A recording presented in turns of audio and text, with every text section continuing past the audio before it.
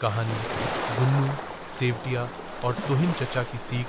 गुन्नू खेत की ओर लौटा लेकर जा रहा था। जाते जाते बड़बड़ाया, लगता है मेरी आदत नहीं जाएगी बाहर का खाने की। सेवतिया, जो उसकी पत्नी थी, पीछे से बोली, ठीक ही बोल रहे हो, खाने की आदत तो जाएगी नहीं। फुचका, चाट, पकौड़ी, मुढ़ी, झाल मुढ़ी और ना जाने कितनी बाहर की चटपटी चीजें, और फिर दिन भर पोटी करते रहते हो। रात को तो महक से पूरा कमरा। उफ, घर से बाहर भाग जाए हम तो। पोटी से लौटकर गुन्नू बोला, अरे कुछ तो शर्म करो, अपने पति को ऐसे बोल रही हो जैसे हम कोई निकम्मा हो।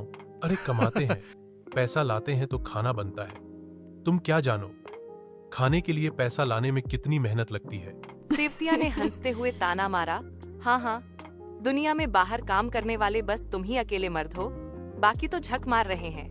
अभी फट्टू चचा को देखो, इस उम्र में भी फड़ कतर का काम कर रहे हैं और घर में हर महीने 10,000 रुपए देते हैं, और तुम हमें ना फूटी कौड़ी देते हो।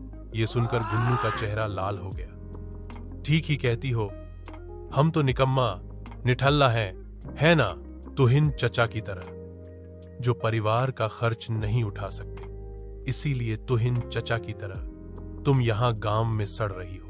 बात बढ़ी, दोनों झगड़ते हुए अपने अपने कोने में चले गए। उस दिन गुन्नू ने मन में ठान लिया, आज साबित करके रहूंगा।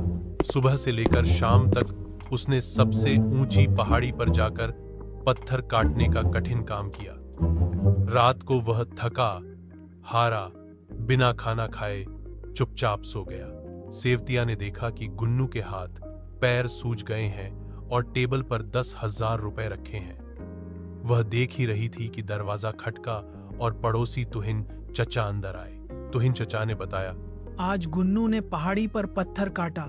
ये बहुत जोखिम भरा काम था, इसलिए ठेकेदार ने उसे 10,000 रुपए दिए।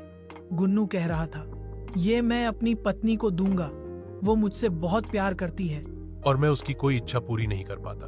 ये कहते कहते तुहिन चचा की आंखें भर आईं। मेरी भी इच्छा तो है मेहनत करने की, पर मैं बहुत बड़ा देहचोर हूँ, निकम्मा हूँ, सही दिशा में काम नहीं करता, बस इधर उधर भटकता रहता हूँ। गुन्नू का प्यार देखकर सेवतिया की आंखों में आंसू आ गए। उसने सोए हुए गुन्नू का हाथ छुआ और खुद को रोने से रोक न पाई। उस दिन के बाद उसने अपने पति को कोई अपशब्द नहीं कहा। दोनों अच्छे से रहने लगे। लेकिन तुहिन चचा, वो आज भी नालायक ही हैं। तुहिन चचा आज भी अपनी पत्नी को कोई सुविधा नहीं देते। सारा जीवन उन्हें हल्का बना दिया, खुद कुछ कर नहीं पाए और अब बीवी से लात खाते हैं।